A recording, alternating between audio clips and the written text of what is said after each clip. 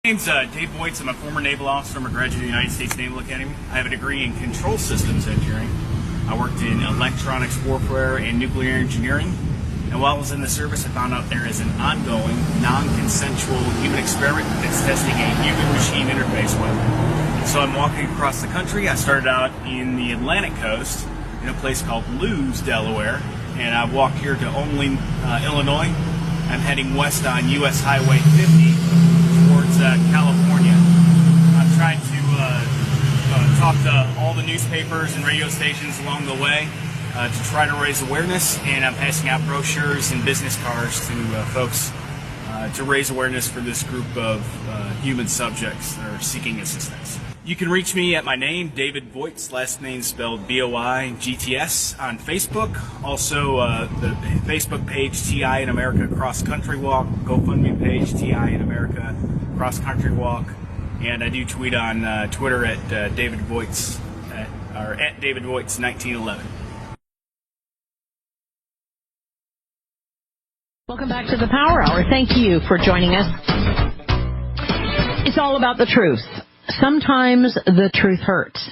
Now, those of us who have been in this truth movement for a long time have learned about a lot of things.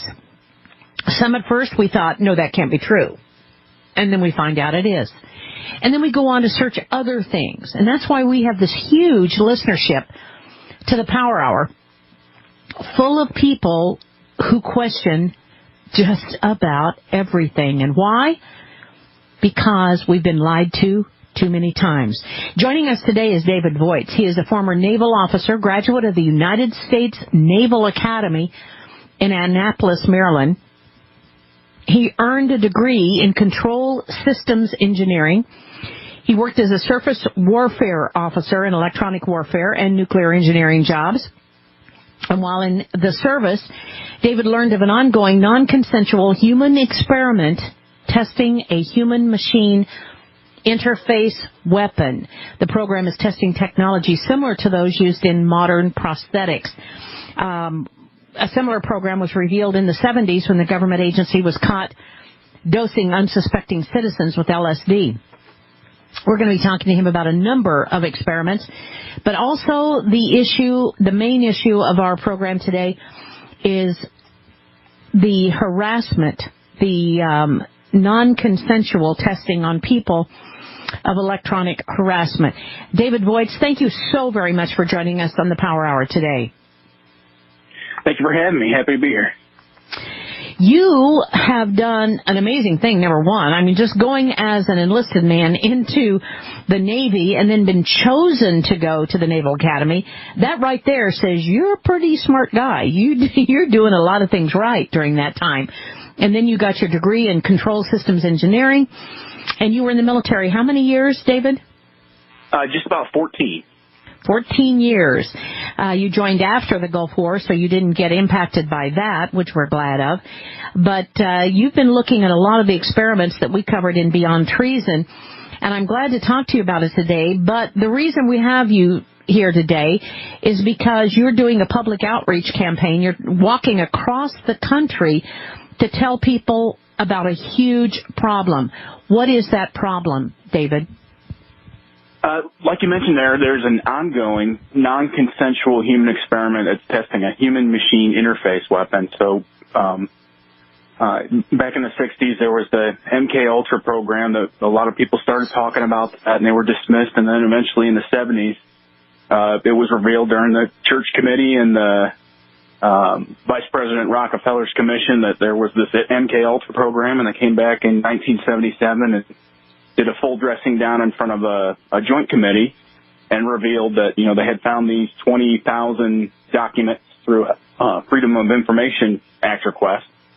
And during the hearing, they had said that the program had stopped, and it was kind of a half-truth. I think they just stopped the chemical portion where they were testing LSD and I think it was like mescaline and scopolamine and these sorts of drugs that'd be useful in spycraft. But the project that continued was the electromagnetic portion of the, it continued under different budgets and different agencies. And it's kind of been set up so that there's no Freedom of Information Act request that's going to reach it. It's, structured under contractors and kind of what they call a cutout, which is an intermediary to move funds into a project.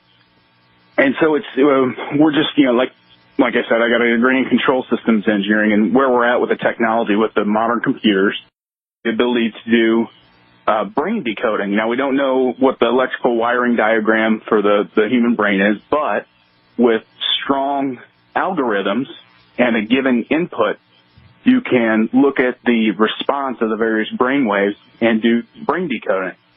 So if someone wanted to figure out how that's done, you can go to YouTube and search. Jack Gallant has a neuroscience lab in Berkeley, California, and in about 20 minutes, if you search Jack Gallant, functional MRI, mind reading, he'll tell you how he does that with a statistical method in the functional MRI machine. And so this is a weapon that is, it's bidirectional, it reads, and it also provides input. And so, if, the public, the unsuspecting public has, no idea where the, technology is, the folks that are making these complaints are just, dismissed.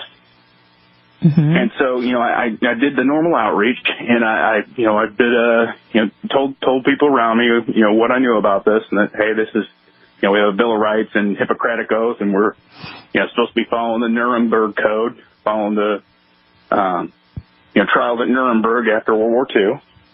And there's a group of people that are being experimented on again, after the Tuskegee experiments and MK Ultra and atomic radiation experiments, how there have been public apologies by presidents and it's been denounced, and I can't believe that it still goes on, and it just takes so long for the public to catch on, and we really need to help these folks. I have said for a long time, in the research that I did after the Gulf War, but I have said for a long time that the VA is the reason that they are able to continue these experiments, because they can keep all of these people sort of secluded in one area called the VA system, and then they can continue the experiments from, I don't care if it's Vietnam or the experiments that are going on today, whatever, but these people are out of the view of the general medical community, so they don't really know what kind of experiments are taking place.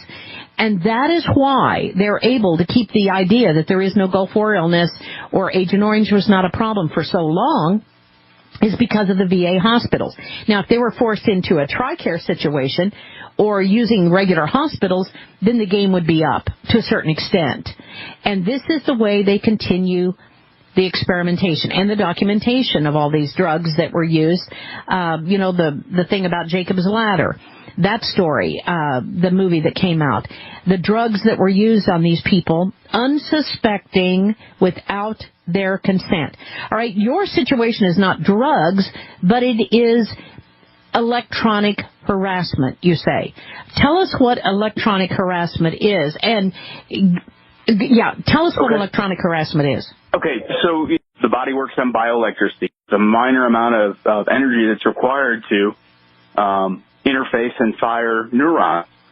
And we've been doing research in that, since the end of the World War II. And they have this weapon that interfaces with the human body, and it can render all sensations. So it can render the sensation of touch, hearing, sight, smells. It's just a complete decoding of the brain information, because the computer science has come along, and they've gotten such great funding and research support through the 70s, 80s, and 90s that they've been able to create this weapon that they were looking for during the 50s and 60s. And so electronic harassment is just the influence of the body remotely. And so these folks that are affected will feel, unwanted sensations of touch and hearing. Some will complain of visual information as well. Okay, you got out of the military. Like augmented reality for those that are familiar with like the Oculus Rift or the Google Glasses effort. Okay, you ETS'd. You left the military what year? In 2010. 2010. When did you consider that you were being electronically harassed or electronically stalked? When did you feel that began? Well, I took the opposite approach. I purposely tried to get myself in this system because you can't, there's espionage laws. You can't just go grab the documents and start looking through them and talking to people about them. So I wanted to do it in the only legal way I knew how was to try to get myself into the program. And so I used a kind of a civilian approach. I had read a couple of books while I was deciding which career path I wanted to take. And I had learned that some of this technology has made its way into, the corporate world, and folks with some political horsepower and wealthy individuals are able to get this electronic harassment as a sort of service. And it was right there, in black and white as I'm reading these, nonfiction and semi-fictional novels that, this is a problem. And I'd heard a little bit about it growing up, and knew that it was true from my time in the service, and so I tried to get myself into that program. Okay, now wait a minute. Let me stop you here. Let me stop you because I think I'm a little bit confused. You learned about electronic harassment in the military. You learned about the program? Yes. Did you read a protocol? Did you read a program? How did you come across the information on electronic harassment? It's known information. They compartmentalize this stuff, but at the academy they have a lot of cross-disciplinary. I had an NSA instructor, and a guy that teaches you naval law and stories that he'll tell us going through that course, and then class in ethics and moral philosophy. So you just have exposure to quite a different, people from different warfare areas. And over time, I was just, I had heard about this, initially in high school, and then I, started picking pieces together, and I realized, oh, this is kind of like a decentralized electronic sort of gulag. And it turned out to be true. And so I read from these nonfiction novels that there was a problem there and somebody needed to address it. And then later on, in the military, I read quite a bit more about it. Okay, we're going to come back after this 4-minute break with our guest, David Voigts, and find out what electronic harassment is. He wanted to get into the program, ladies and gentlemen. Did you catch that? We'll be back. Stay tuned. Our guest today, David Voigts, serving in the U.S. Navy and then deciding he wanted to become part of this program to find out what it was all about. Now, am I understanding that correctly, David? And we do salute you here at the Power Hour. Am I understanding you correctly that you wanted to join this so that you could be a part of the program? Yes, this is one of those. It was a situation where you can't just grab the documents and go to the New York Times. So I had to figure out a way to legally figure out what the heck is going on with these folks that are claiming electronic harassment and group intimidation tactics. And so I tried to come up with kind of a clever way that I could get myself into the program, figure out what it's all about, and then escape at the end of it. That's been the tough part, is trying to get people interested in researching the topic and helping the victims, because it's certainly a knowable thing. With a little bit of research, people can figure out how this works. All right, what is electronic harassment? How would any of us recognize if we were being electronically harassed or well, you don't. Initially, you don't. You figure out when you're allowed to know. That's kind of the insidious. It's a human-machine interface weapon. And again, I'd encourage folks to take a look at the work of Dr. Jack Gallant or folks like Miguel Nicolelis, who's doing hive minding research down there in Duke University, and who's also the one that built the exoskeleton for the quadriplegic, the opening kick of the 2014 World Cup. So electronic harassment is interfaced with the body's central nervous system and providing external input. And so initially, people will notice maybe like a muscle twitch, and then over time it'll become an unwanted sensation.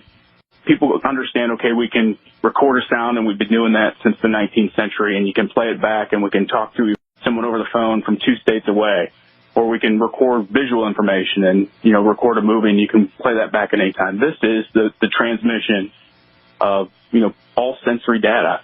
So you can transmit touches, audio information, visual information.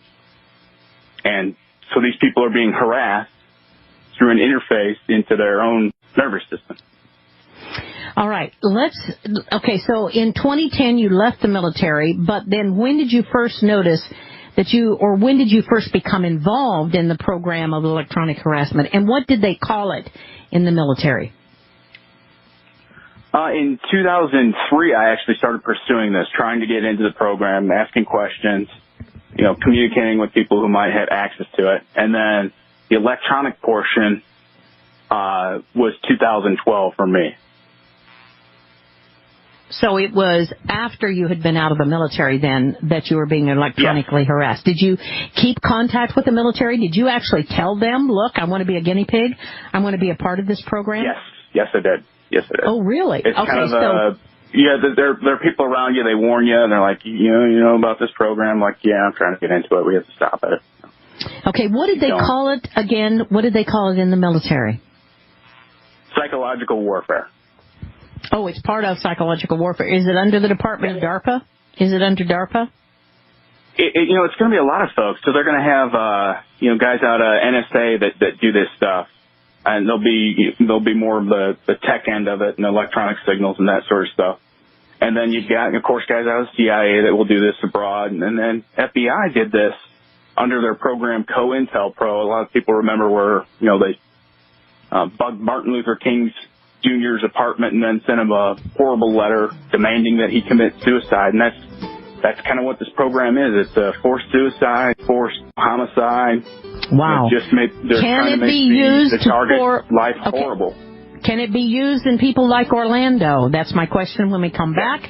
We'll be back with our guest today, David Voigts, and the Power Hour. Stay tuned. This is Joyce Riley. We'll be back in 3 minutes. We're talking to a gentleman here who has been recommended to me to be on the show by a number of people. David Voigts is his name.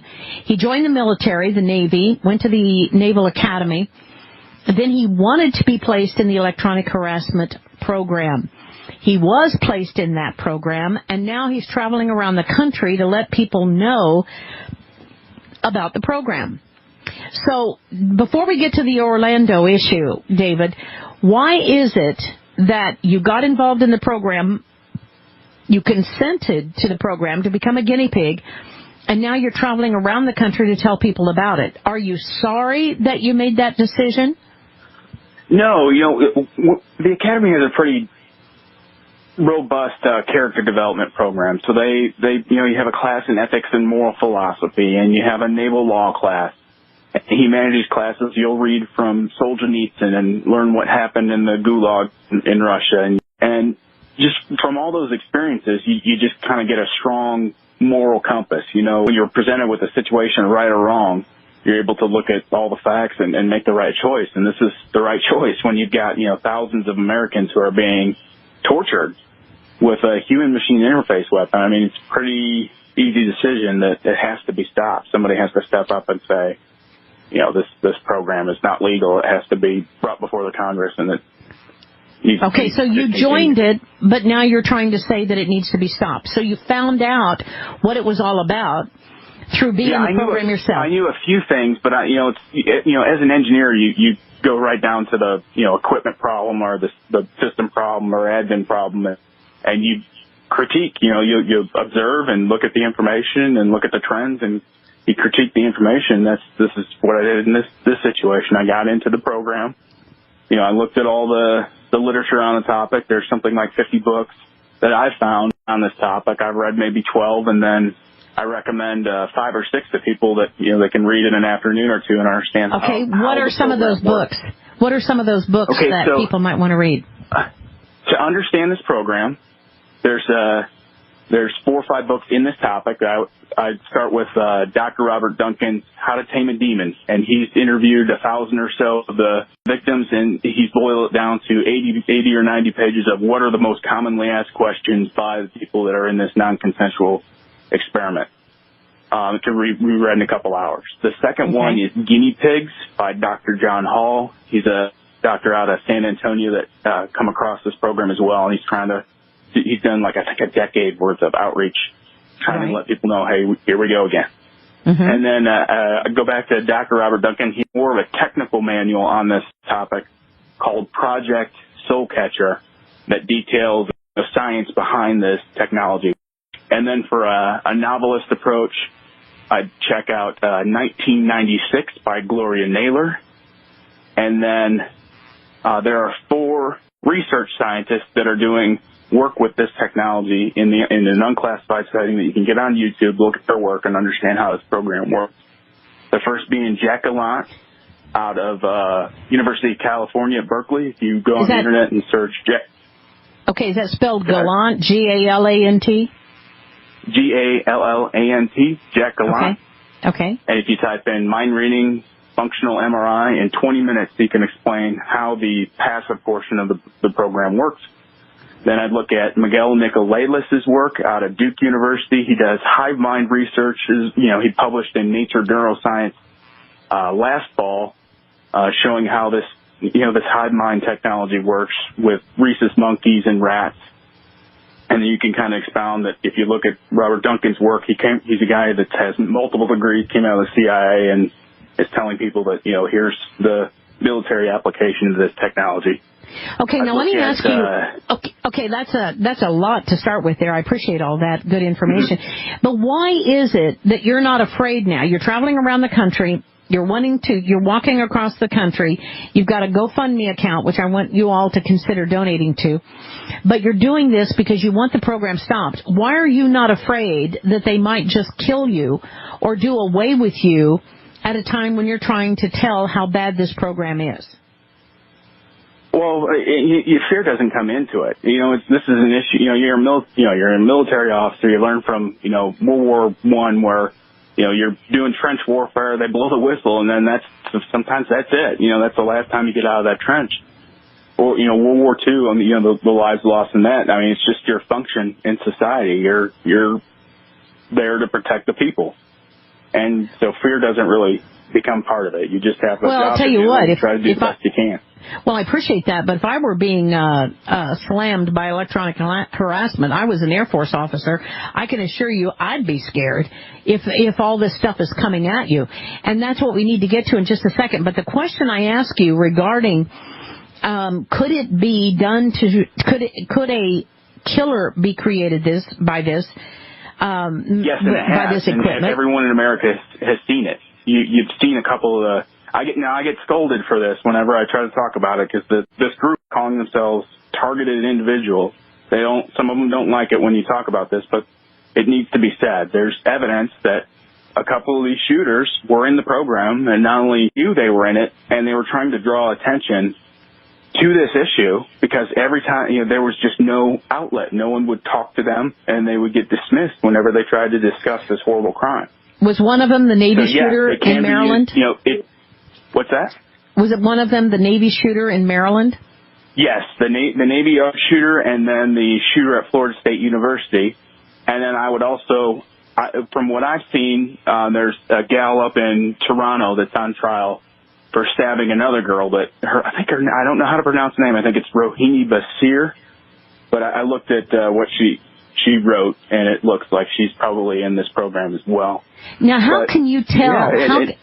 How can you tell? I'll tell you what, maybe Justin needs to bring my volume up a little bit, because I think we're kind of stepping on each other. How can you tell from somebody's writings or what they say if they've possibly been involved in this program? Okay, so it's a human-machine interface weapon. If they start talking about, physical sensations, and then there's a psychological warfare portion to this. So they try to confuse these people, and it's one of like 5 to 10 storylines that they'll follow to get people into they want them fighting with their neighbor, they want them fighting with their family, or mad at the government, that sort of stuff. Mm-hmm. But the big thing is, like in the Navy Yard shooter, he wrote on his weapon, "This is my, frequency weapon," or something. He etched it on his weapon so that people would know, like, this is why I'm doing it. I'm being tortured. I'm in this program. They're testing this human-machine interface weapon. And it literally is. It's 20, just like a Wi-Fi signal or a GPS signal. This program's worldwide. You can't escape it. So it's 24/7. If you're identified as a potential outcome, they ramp it up. You can be tortured 24/7 anywhere in the world. You cannot escape it. Now I want to open up the phone lines. Okay, there are some people that want to talk to you, I know, so give us a call at 855-995-6923, 855-995-6923. Now, if you had your choice today that you could tell them or write a letter to them or file a lawsuit or whatever it would take to say, I want to be out of this program, would you do it? Sure. That's the ultimate goal. With the Tuskegee experiment, they were easy to identify. They were able to say, okay, these are the people that are in the program. I would love to be able to get the word out and then get all the targets rounded up and then get them some basic coping mechanisms and then do the standard, activism that people do on any topic. And like with the smoking or asbestos, get them some sort of legal repercussion for this horrible crime that's been committed against. Right. So we know that there have been a number of experiments the government has done under COINTELPRO and under MKUltra, et cetera. There have been a number of experiments. This is just one of them. But I think people would be interested in knowing what kind of equipment, what the equipment is called, how this affects you on a daily basis. How many times are you targeted per day? And what has this done to your life? Let's start with what kind of equipment is used?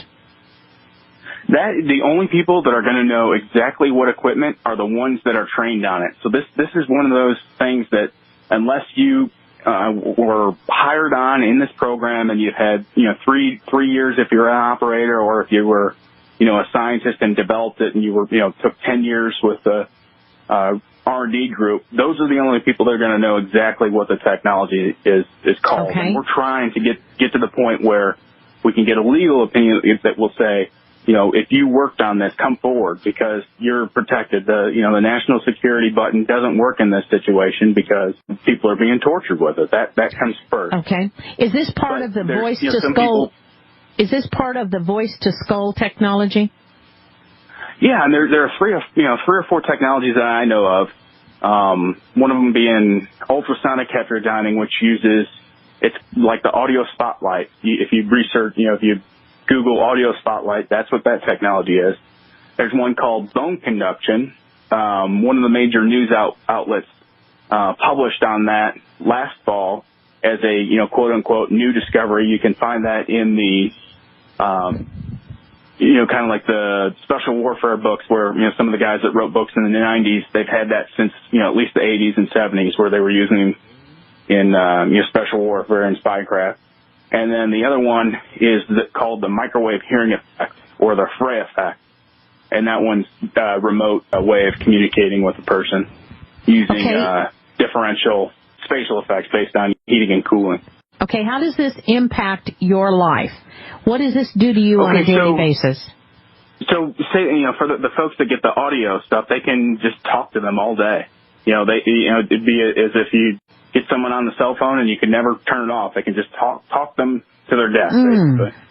Or the people that get the tactile stuff, it's the most horrific, disgusting stuff imaginable. If you read through Dianne Feinstein's report on the torture tactics at the beginning of the War on Terror, and they've had some more information released, that's what it is. It's a trauma-based torture program. Okay, so and where are literally being tortured. Where do they train these people to do this, or where were you involved in the program? It's going to be guys that work in like special warfare, psychological warfare, interrogations, and they're going to select certain people that are going to be willing to do this or take some bucks and be quiet or have the fear in them, having known what happens to folks in this program. And, they'll probably have a military career or maybe a, CIA, NSA career. And then they'll move them into a contractor position. And those are going to be the people who do some of the oversight. And then they hire out folks locally to help with organized intimidation and community-based stalking. Okay, but you said also that when I asked you at the bottom of the hour, before the bottom of the hour break about Orlando, so someone could have been trained like this. Would he normally have a military background? In this situation, I don't know anything. I haven't heard any information that would suggest he was in this program. All I know about is the Navy Yard and the Florida State shooter. But if they're trying to make a shooter, I guess it helps that they have some firearms training. But it's just a simple, they're torturing this person, And if they take, 10,000 people and they torture 10,000 of them, they'll probably get a handful of them that, will do anything to make it stop. And that's kind of the folks that they'll use whatever programs they're developing. Okay, let me go to Marion in Baltimore. Marion in Baltimore, you're on the air with our guest today, David Voigts. Go ahead, please. Yes, David, I've been a victim of this electronic harassment, this torture for the last 6 or 7 years. And there's all kinds of things they can do with it. They can burn you. They can sting you. They can give you massive headaches. They can make you go to the bathroom. Just so many different ways. One thing we haven't mentioned, how about sleep deprivation? Was that part of your program, sleep deprivation? Yes, they can cause you to stay awake, or they can give you a massive headache. There's just so many. I've heard, a lot of people, they just want to go to bed. It's just one of those things. They just want to go in their room and go to bed and kind of shut off the world, and that's kind of one of the worst places you can be in this program because you're just a stationary target. Okay, Marion, let me thank you very much for the phone call, because hearing from other people that are having the same situation, I probably heard from 25 people that have contacted me in the past, and some of the stories are really strange. Okay. Some of the people are a little bit strange. And sometimes I wonder how many of these people have been involved in actually being targeted, and how many people in the country do you think are being targeted? I got to move on, Marion. Thank you for the phone call. I'm going to go. Thank you very much. I'm going to go back to David after this break to find out how many people he thinks are involved in this program and how can we support him on this trek across the United States. We'll be right back. Stay tuned. Joyce Riley in the Power Hour. David Voigts is our guest. Final segment of the Power Hour. I'd like to have David back again on the program because there's so much that we want to ask him and that you want to ask him. I hope we have time to get to everybody here. First of all, real quick, easy answer. How many people do you think are involved in this program, David? To be honest, I have no way of knowing. I rely on the people who have done surveys of the group in the past, and they say a conservative estimate. One of them says a conservative estimate is 4,000 to 10,000 people. Another one, suggests that it's something more like 100,000. Wow. For us, for victims, it's just something that's unknowable. We're going to need someone that worked in this program to give us a little bit more information. Okay, let's go to Cecil in Tennessee. Cecil, you're on the air. Go ahead, please, with David Voigts. Hi, Joyce. I think there. There's something. Thank you. I think there's something to the electronic warfare aspect against individuals, but Mr. Voigts' answer was non-responsive to the locations, the military campus or other training facility. And I wonder if Mr. Voigt might be able to specifically tell us where these places were. I myself had taught at Revere Hall at Fort Devens years ago, and also at Huachuca in Arizona, the home of intelligence and in NSA and electronic warfare subjects. I wonder if you might tell us specifically where. Thank you. So my answer, I would look at, there's a guy named Colin Ross that did research on the MK Ultra program. Yeah, we've had him on before. And, I would say it's going to follow the same format. It's going to be a distributed thing where you're going to have, small groups in various institutions, and they're not going to know the full scope of this issue. And then you're going to have cutout organizations that provide funding to the various groups that do this. So it's geographically, I think it's going to be isolated. It's going to be a regional thing, a handful in each sort of region. Go ahead, Cecil. Where were you trained at, Mr. Voigt? Specifically, where you were at. Where were you at? Naval Academy, and then on the destroyer Benfold out of San Diego. So you were already in the electronic warfare program at the Naval Academy. Is that what you're saying? Not electronic warfare, but my control systems engineering concentration was in signals. So I, a little bit of work with analog digital signal analysis. Okay, but when did you volunteer? When did you volunteer to be a guinea pig? What year? I started working on it in 2003. Okay, when you entered into the military. No, that's not when you entered into the military. No, 97. I came in 97. Okay, where were you in 2003? Where were you stationed? I was at the Naval Academy. Okay, so there's our answer. All right, thank you very much, Cecil. Let's go to Dennis in Virginia. Dennis in Virginia, you're on the air. Final call with our guest today, David Voigts. Go ahead, please. Quickly, Dennis. Yes, David. The only thing I can tell you is that you're only scratching the surface, because we're talking about not only electronic harassment, we're talking about electronic mind control, where they can implant thoughts into your own head that override. Electronic harassment is kind of a misnomer. It's the interface of human beings and machines. That's where the technology is. It's a bidirectional human-machine interface. Okay, I don't have very much time, so I'm just going to read a couple of books. We're out of time. Unfortunately, we'll have to do this program again, and I hope you're paying. You can listen, Dennis, when we do it again, because I want to have David back on. There's too much information here. I want you to go to the guest section, find out how to support him on his GoFundMe page around the country. He wants to tell the world about this. Let's support him. He comes from some really good, respectable people, is how I found out about him, ladies and gentlemen. You all have a blessed day, and I hope it's better for you, David. David Voigts, thank you for joining us in the Power Hour. Awesome show. Thanks for having me on. Appreciate it. To think about. Absolutely. We want to have him definitely, Catherine, back on again. Have a blessed day. We'll see you tomorrow. Yeah, bless you all. It's all about the truth, and some of it's pretty uncomfortable. We'll see you tomorrow. We love you at the Power Hour.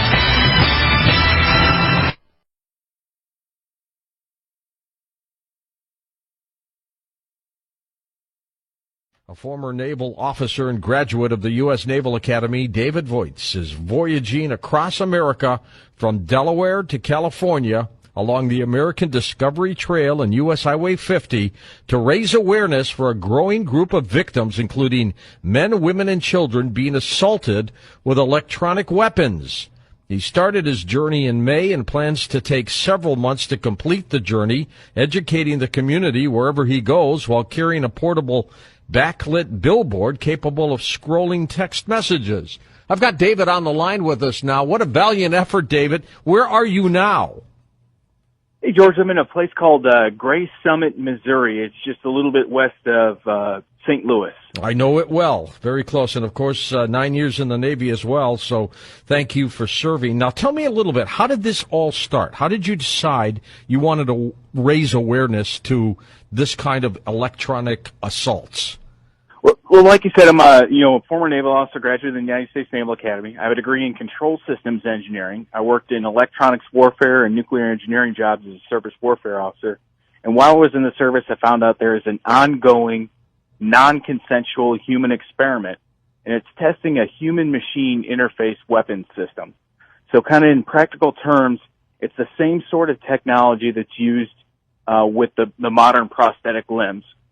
So for somebody that has no background in this type of technology, if you go to TED.com, they have these TED Talks that stands for Technology, Entertainment, and Design. 10 to 12 minutes, you can get some information about a topic you've never heard about. And if you go to TED.com and search technology that can hack the brain, there's 6 TED Talks in a playlist that within 1 hour you can get an understanding of exactly how this weapon systems work. This is frightening, David. It's frightening.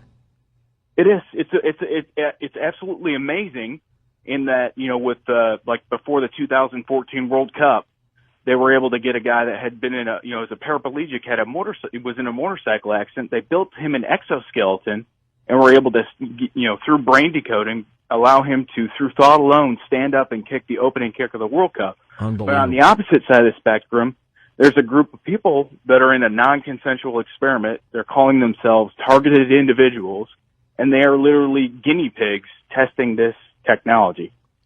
David, there are hundreds of thousands of individuals in the United States that apparently may be subjected to this. How long has it been going on, in your opinion? At least since World War II, they started the experimentation. There was an experiment called Project Chatter. It was a Navy experiment. And then they moved on to names like Artichoke and Bluebird, and then they went on into the MK Ultra program that ran for a number of years. And then during the 70s, there was a congressional hearing on this topic specifically, and they sort of revealed some of the things that they were looking into. They said they stopped the experimentation, but it didn't. It just continued, and it's involved into what these targeted individuals are experiencing, which is kind of a remote interface with the bioelectrical system of a human being, you know, without their consent, without ever telling them that they're part of an experiment. And it's really topical now because there has been now 5 major shootings related to, you know, the people that are part of this test bed, the most recent one being the Baton Rouge shooting, where the New York Times, CNN, and the Kansas City Star have all reported that shooter was part of this, you know, that self-identified part of this program, as a targeted individual. So you're almost halfway there. You're from Delaware to California. Are you walking, taking a motorcycle? What are you doing? I'm walking. I have I've got my Beagle with me. I've got a backpack. You've become Forrest Gump almost. It is, you know, and that's, you know, like people have, you know, commented on that, and you know, that'd be great if we had people that kind of followed this cross-country walk. And you know, this is you know, it's a new kind of weapon system that needs to be monitored in the same way that we monitor, you know, like atomic, you know, we have an International Atomic Energy Commission and atomic weapons inspectors. That we need to have an international agency that monitors neuroweapons. It needs to be public knowledge that this is a reality now. You can go to these TED Talks and look at that. You can look at what Jack Gallant has published out of his neuroscience lab there at the University of California at Berkeley. And, you know, people can just search that and see how they do, you know, basically mind reading. If you search Jack Gallant, functional MRI, mind reading, University of California at Berkeley, in YouTube, you'll come away with a few YouTube videos explain exactly how that's done. Well, we're going to follow your progress. Yep. And when do you expect to get to California, David, at this I've got pace? about 90 more days of hiking, and it'd take me at least until Christmas to finish that up without any break. All right. And are you getting media coverage along the way? Yeah, that's what we're trying to do. We're hitting all the small town newspapers and radio stations, trying to create a historical record that, you know, there were people here in this time frame, 2016, that knew about this crime, that knew that this was happening. And they were trying to do everything they could do to bring it to the public. Okay, well, we've got a link on our Twitter, to your Twitter, Facebook, and you have a GoFundMe page. Be safe, keep walking, and we will periodically check in with you as we reach this 90-day, right around Election Day almost. Oh, yeah. All right, David, be safe. That's David Voigts, an incredible story, a story that we have covered on Coast to Coast for years now about electronic assaults, and a lot of people say, nah, come on, that's not happening. Here's a former naval officer, a graduate of the U.S. Naval Academy, who says it is happening, and he wants to tell the whole planet about it. So he's walking from Delaware to California, and as he said, he's in Missouri right now, so he's halfway there. What an amazing story. This story came to my attention. A friend of mine who's a great piano player here in the St. Louis area, Kurt Landis, he called me and he said, you've got to cover this guy. So I checked into it and got Tom and Lisa on it, and here we go. So we will periodically check in with the exploits of David Voigts as he walks across the country.